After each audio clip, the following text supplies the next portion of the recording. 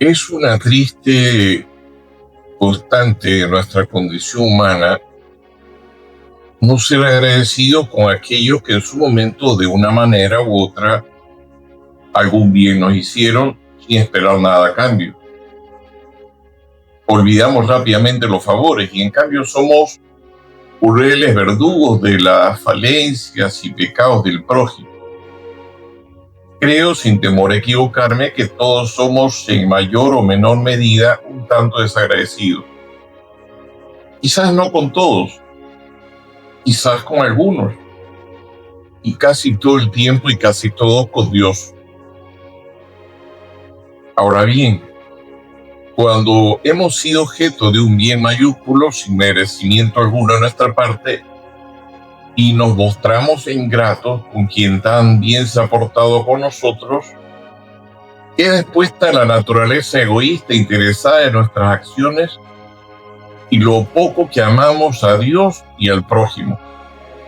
El ingrato no ama al prójimo, hipócritamente le finge aprecio, lo usa y lo desecha cuando ya no lo considera útil para sus objetivos. Y digo que cuando somos desagradecidos, queda expuesto lo poco que amamos a Dios y no solo lo poco que amamos al prójimo, porque quien sí ama verdaderamente a Dios es imposible que a la par sea desagradecido con otros por los bienes que de ellos inmerecidamente ha recibido, siendo siempre en primera instancia agradecidos con Dios y a la vez con el prójimo. Podemos entrever que la ingratitud va de la mano con el egoísmo y la hipocresía, y no podemos dudar que es extremadamente desagradable para Dios.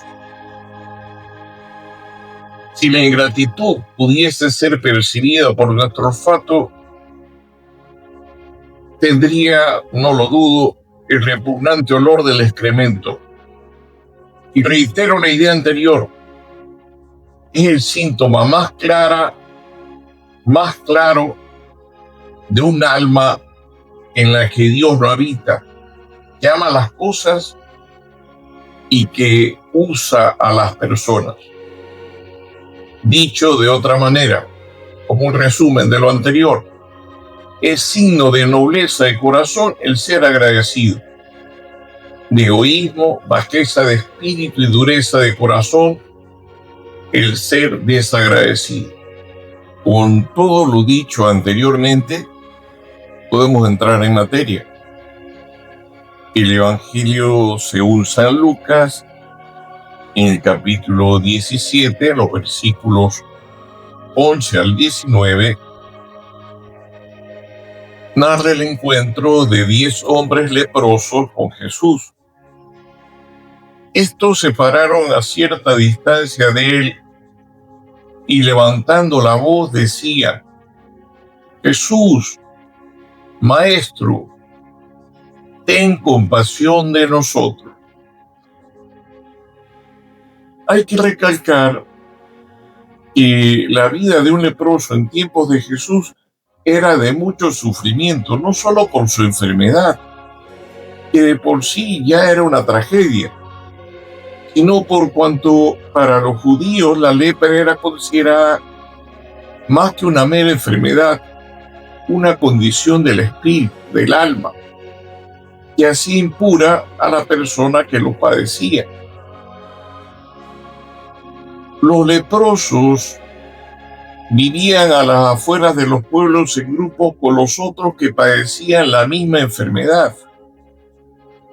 No podían entrar a los pueblos porque quien los tocara quedaría impuro y la ley decía que entonces el leproso tenía que ser apedreado. La gente sana, sus familiares iban fuera del pueblo donde ellos habitaban y les llevaban alimentos.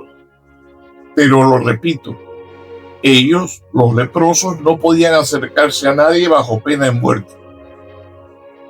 Aparte de esto, tenían que ir cubiertos de harapos como una especie de uniforme para ser reconocidos como leprosos desde lejos. y para alertar a quienes se le pudieran acercar, más aún tenían que gritar a voz en cuello: somos impuros. Además, su enfermedad en aquella época era incurable y dolorosa. Cuando ellos se acercaron aquel día a Jesús, seguramente lo hicieron porque alguien les habría dicho que el Señor tenía el poder para sanarlos. Pero no sería nada extraño que dudaran de su curación, dada la gravedad de la lepra, y que, como ya dijimos, en aquella época no se conocía que alguien haya podido sanarse de ella.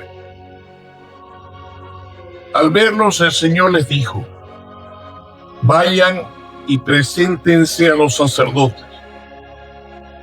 Es claro que el Señor tenía el poder para sanarlos instantáneamente, pero usualmente el modo de actuar de Dios es usar instrumentos humanos para realizar sus signos o milagros. No son los sacerdotes los que iban a realizar el milagro de su curación. Es el Señor Jesús quien los curaría, pero según la ley de Moisés, tenían que presentarse ante los sacerdotes para certificar que estaban curados, sin lo cual podrían ser apedreados a pesar de estar ya curados. Podríamos hacer un paralelismo con el pecado. El pecado es como la lepra para nuestra alma. Dios tiene el poder para sanarnos directamente, para perdonarnos del mismo sin intervención humana. Pero nos envía sacerdotes para que nos confesemos. Y a pesar de que es Dios mismo quien nos perdona, el instrumento humano a través del cual nos llega ese perdón es el sacerdote. Para cualquier duda, vean el Evangelio según San Juan, capítulo 20, versículo 23, donde Jesús dice a sus apóstoles que con sus primeros obispos, esta frasecita pequeña pero profunda: los pecados que ustedes perdonen quedan perdonados, los pecados que ustedes no perdonen no quedarán perdonados. A buen entendedor, pocas palabras. Sucedió que mientras iban de camino, quedaron limpios. Uno de ellos, solo uno, viéndose curado, se volvió glorificando a Dios en alta voz y postrándose rostro en tierra a los pies de Jesús, le daba gracias. Era un samaritano. Tomó la palabra Jesús y dijo: ¿no quedaron limpios los 10? ¿Los otros 9 dónde están? ¿No ha habido quien volviera a dar gloria a Dios sino este extranjero? Y le dijo: levántate y vete, tu fe te ha salvado. 10 leprosos fueron sanados. Solo uno regresó a agradecer a quien lo había sanado.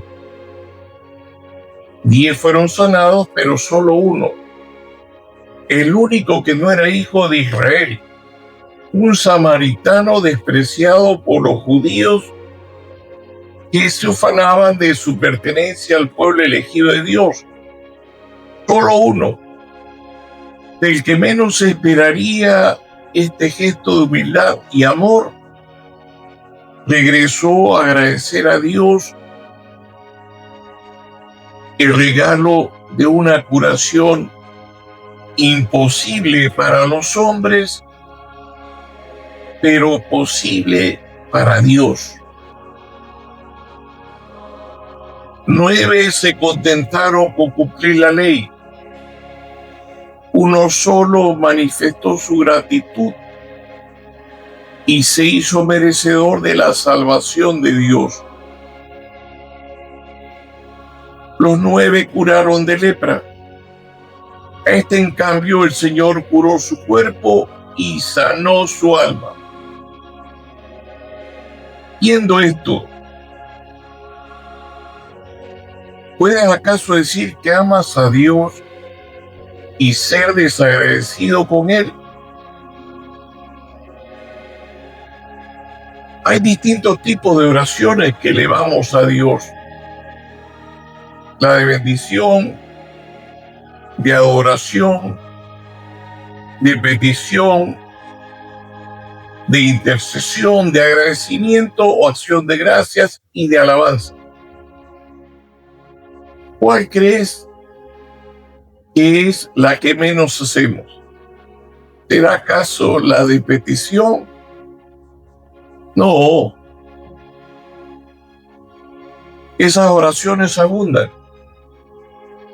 ¿Será la de agradecimiento o acción de gracias? Pues tenlo por seguro que son las que menos hacemos.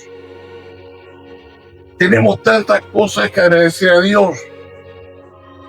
No podría enumerarlas en esta corta reflexión. Y a ti te pregunto, ¿cuál oración acostumbras a hacer más a Dios? ¿De petición o de agradecimiento y alabanza? Ojalá no te olvides de Dios cuando ya recibas de Él todo lo que le pediste. Ojalá que seas agradecido también con tu prójimo como consecuencia lógica de tu amor a Dios. Te invito a orar no solamente porque necesitas algo. Ora mucho porque tienes demasiadas cosas que agradecer. La gratitud no solo honra a Dios, sino que te acerca a Él. Esa gratitud te transforma y sana tu alma. La ingratitud, por otra parte, podríamos decir que es la amnesia de los corazones egoístas y incapaces de amar. Recuerda, la gratitud es la expresión más genuina del amor a Dios y además es la condición para que Dios te conserve y multiplique tus dones. Si quieres recibir, agradece y pide. Hoy en día, muchos buscan a Jesús para que les solucione sus problemas. Pero al igual que aquellos 9 leprosos ingratos, pocos quieren cambiar sus vidas. Santa María, al visitar a Santa Isabel, eleva a Dios un cántico de alabanza y de acción de gracias, que se conoce como el Magnificat. Aquí algunas de las palabras que pronuncia: proclama mi alma la grandeza del Señor, se alegra mi espíritu en Dios mi Salvador, porque ha mirado la pequeñez de su esclava. Desde ahora me felicitarán todas las generaciones, porque el poderoso ha hecho obras grandes en mí. Su nombre es santo y su misericordia llega a sus fieles de generación en generación. Tomando como ejemplo a Santa María, valdría la pena que hagamos de nuestra vida una constante acción de gracias a Dios por todos los bienes que de Él inmerecidamente hemos recibido. Que así sea.